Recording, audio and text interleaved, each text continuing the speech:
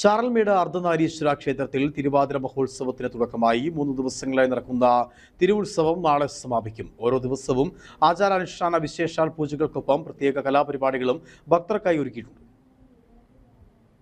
ജനുവരി 1 മുതൽ 3 വരെയാണ് തിരുവാതിര മഹോത്സവം കൊണ്ടാടുന്നത്.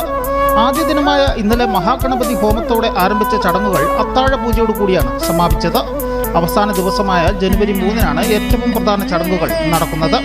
രാവിലെ അഷ്ടദ്രവ്യ മഹാഗണപതി ഹോമവും പൊങ്കാലയും നടക്കും.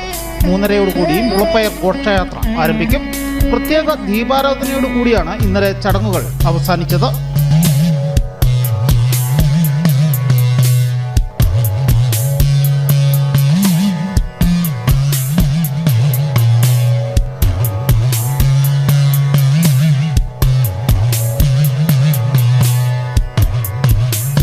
അർദ്ധനാരീശ്വര ക്ഷേത്രത്തിലെ 2025 തിരുവാതിര മഹോത്സവം ഇന്ന് രാവിലെ ക്ഷേത്രം തന്ത്രി ജ്യോതിഷ വചസ്പതി ബ്രഹ്മശ്രീ എം ലാൽപ്രസാദ് ഭട്ടതിരിപ്പാടിൻ്റെയും ക്ഷേത്രം മേൽശാന്തി ശ്രീ കണ്ണൻ തിരുമേനിയുടെയും നേതൃത്വത്തിൽ ഇന്ന് ആരംഭിച്ചിരിക്കുകയാണ്. രാവിലെ അഷ്ടദ്രവ്യ മഹാഗണപതി ഹോമത്തോടുകൂടി ആരംഭിച്ച ഈ പരിപാടി 3 ദിവസങ്ങളിലായിട്ടാണ് നടത്തപ്പെടുന്നത്.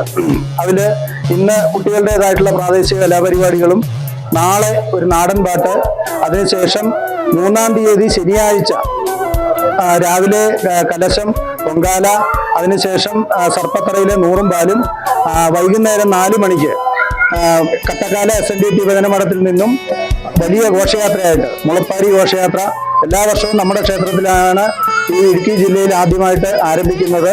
ഈ വർഷവും അങ്ങനെ തന്നെയാണ്.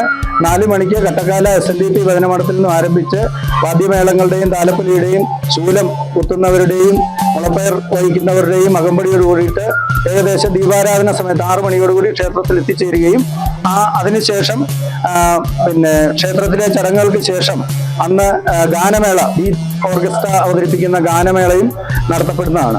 നാളെ നടക്കുന്ന പൊങ്കാല മഹോത്സവത്തിലും മുളപ്പയർ ഘോഷയാത്രയിലും വിവിധ മേഖലകളിൽ നിന്നും 100 കണക്കിന് ഭക്തജനങ്ങൾ പങ്കെടുക്കുമെന്ന് ഉത്സവ കമ്മിറ്റി ഭാരവാഹികളായ president TG Aji, secretary Binu അമ്പാടിയിൽ, ട്രഷറർ ഷിബു KK, ആഘോഷ സമിതി ഭാരവാഹികളായ ദിലീപ് സെൽവരാജ്, അജീഷ് തെക്കൽ, പ്രസാദ് കാലായിൽ തുടങ്ങിയവർ അറിയിച്ചു. News bureau, Udumbanchola.